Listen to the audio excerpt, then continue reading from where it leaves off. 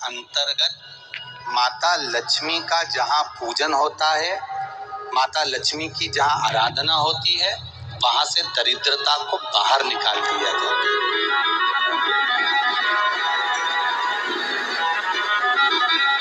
कितने दिनों पहले किसी के यहाँ 10 दिन, 15 दिन, 20 दिन पहले से सफाई का क्रम प्रारंभ हो जाता है।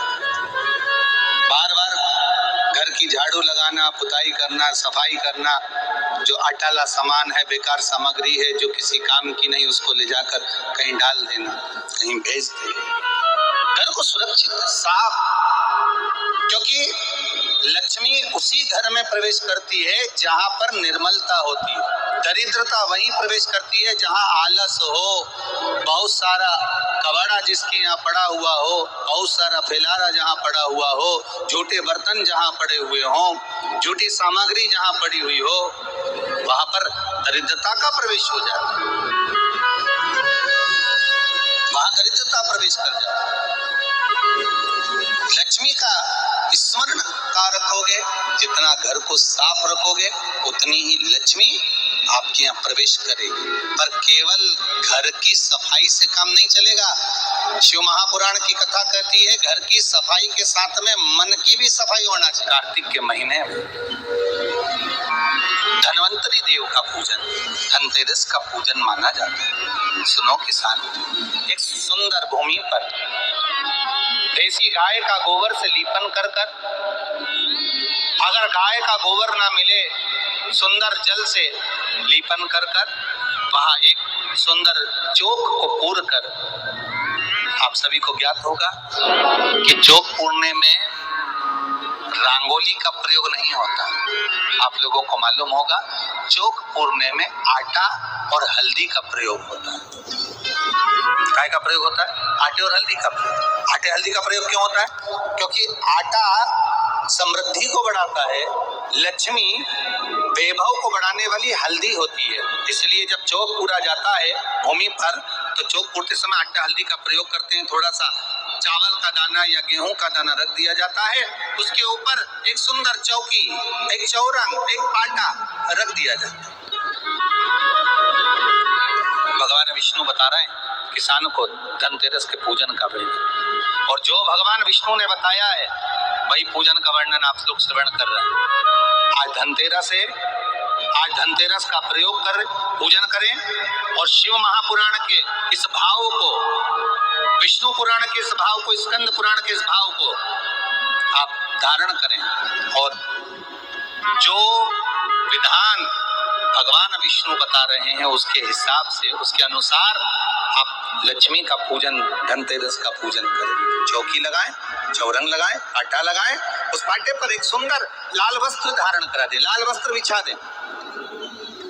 एक थाली लें, उस थाली पर कंकु से, रौली से, कुंकू से गिला कर स्वस्तिक का निर्माण करें।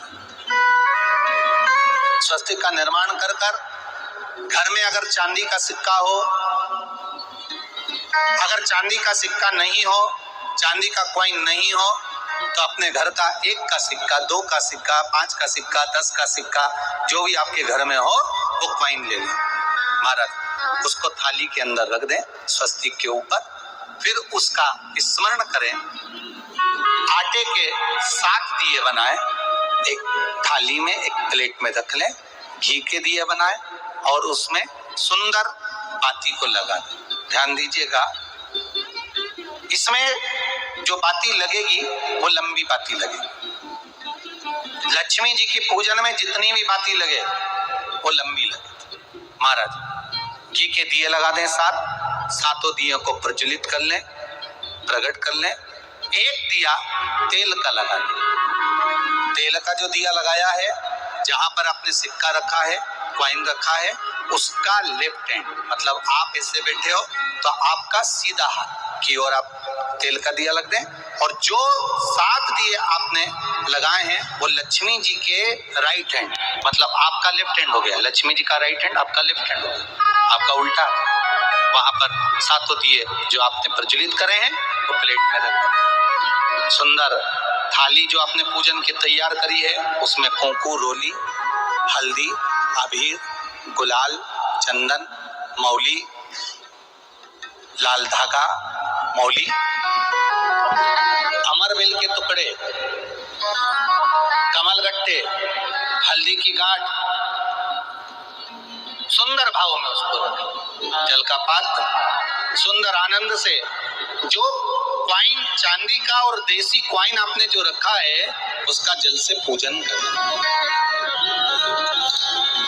लक्ष्मी पूजन का समय अलग अलग होता है, पर धनतेरस की पूजन का जो समय है वो प्रदोष काल से प्रारंभ हो जाता है। कब से प्रारंभ हो जाता है? प्रदोष, क्योंकि शिव के द्वारा निर्मित है लक्ष्मी पूजन का।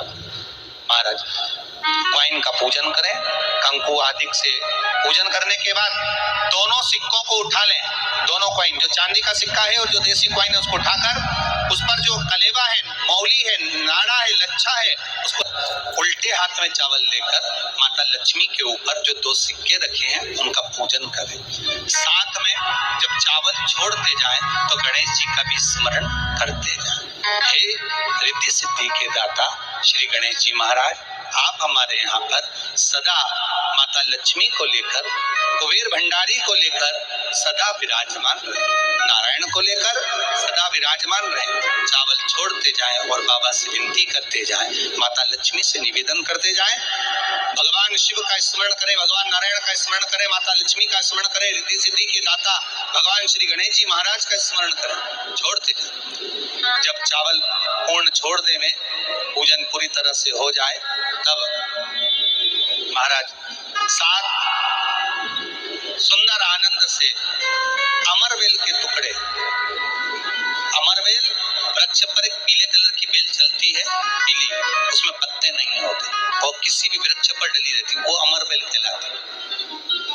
ये अमरबेल लक्ष्मी पूजन में समृद्धि के लिए, मकान के मुहूर्त के समय पर, गृह प्रवेश के समय पर बहुत कार्य आता है। ये अमरबेल को पानी की जरूरत भी नहीं पड़ती, आप रूप किसी वृक्ष पर डाल दी जाए वो अपने आप फलती चली जाती है। उसी तरह हमारे यहाँ भी हम भगवान से यही प्रार्थना करते हैं, जैसे अमरबेल बिना पानी पड़े भी किसी भी वृक्ष पर डाल दी जाए पनपती जाती है, बढ़ती चली जाती है, ऐसे हमारे घर में वैभव लक्ष्मी बढ़ती जाए। अमरबेल के 7 टुकड़े, कमलगट्टे 7, हल्दी की गठान 7, माता लक्ष्मी को समर्पित कर दें। दोनों हाथों में हल्दी पिसी हुई लीजिए और माता लक्ष्मी के ऊपर उसे चढ़ाना प्रारंभ कर दीजिए। 7 बार पिसी हुई हल्दी वो सिक्कों पर चढ़ा दें, अपनी मनोकामना कर कर अपने घर में माता लक्ष्मी को विराजमान करने के। जब हल्दी पूर्ण चढ़ जाए, हाथ में कुंकू ले लीजिए, रोली ले लीजिए, उस रोली कुंकू को भी माता लक्ष्मी को समर्पित करिए। तब इसके पश्चात सुंदर जो भी घर में मिष्ठान हो, मीठा हो, नहीं हो, शक्कर हो, गुड़ हो, मिश्री हो, जो भी आपके पास में हो, खड़ी शक्कर हो, वो भगवान को, माता लक्ष्मी को भोग रख दीजिए। अगर कुछ मीठा बना हो तो मीठा रख दीजिए। महाराज घर में संपूर्ण पूजन कर कर आपके घर में जो देवालय में भगवान बैठे हैं उनका भी पूजन करिए। पूजन करने के पश्चात आप माता लक्ष्मी से निवेदन करिए, हे माँ, आप हमारे यहाँ सदा विराजमान हो। महाराज ये जो पूजन है भगवान विष्णु जो बता रहे हैं किसान को, ये 5 दिन की पूजन है पूरी। आज कौन से दिन का पूजन बता रहे हैं? पहले दिन का। आज धनतेरस से रूप चौदस, अमावस्या, एकम और दूज, ये 5 दिन तक दीपावली का पर्व मनाया जाता है, दीप महोत्सव मनाया जाता है। पूजन करने के बाद जो 7 दिए आपने प्लेट में रखे हैं, थाली में रखे हैं पूजन के लिए घी के, उन 7 दियों से माता लक्ष्मी की आरती उतारिए। उन 7 दियों से माता लक्ष्मी का पूजन करिए, माता लक्ष्मी से विनती करिए, माँ हम आपके पुत्र हैं, माँ आप हमारे घर का रास्ता भूल गई हो, बहुत कष्ट है, बहुत दुखी है, पर भगवान शिव पर विश्वास कर कर, कुबेर भंडारी पर, कुबेरेश्वर महादेव पर विश्वास कर भगवान नारायण के सुंदर प्रसंगों पर विश्वास कर कर माँ भगवान शंकर का अनुमोदन कर कर, हे माँ आप हमारे घर में विराजमान हो माँ, आप हमारे मार्ग को, हमारे घर को, हमारे घर के रास्ते को, हमारे घर के द्वार को आप भूल गई हो माँ। हे विभव लक्ष्मी, हे धन लक्ष्मी, हे संतान लक्ष्मी, हे माँ लक्ष्मी, हे धान्य लक्ष्मी, आप हमारे घर में विराजमान।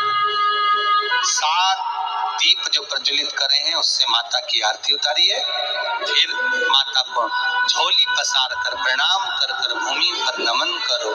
जब झोली पसार कर प्रणाम करें, झोली को अपनी ओर गिरा लें और माता को नमन कर कर जो 7 दिए आपने लगाए हैं उन 7 दिए को अलग अलग स्थान पर ले जाकर, जैसे घर के हॉल में, एक रसोई घर में, एक जहां पर आप लक्ष्मी रखते हो उस स्थान पर, एक घर के द्वार के पास में, एक तुलसी के क्यारे के पास में,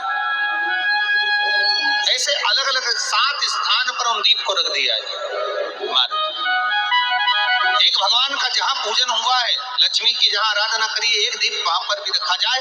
जो तेल का दिया लग रहा है उसके पास में, फिर कहेंगे तेल का दिया माता लक्ष्मी के उल्टे हाथ पर और घी का दिया माता लक्ष्मी के सीधे हाथ।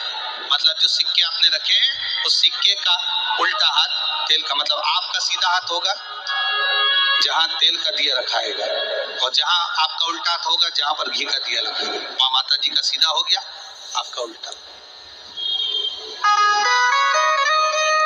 माता का स्मरण, माता लक्ष्मी से निवेदन करें, हे माँ कृपा सागर करुणा सागर माँ, आप भगवान विष्णु के साथ विराजमान, आप भगवान नारायण के साथ में हमारे यहाँ सदा विराजमान हो माँ, ऐसी कृपा कर दीजिए।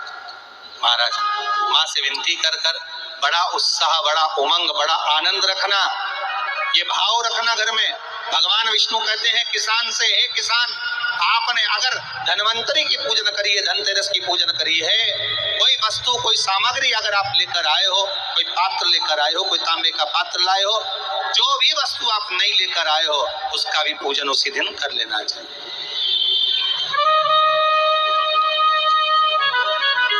उसका भी पूजन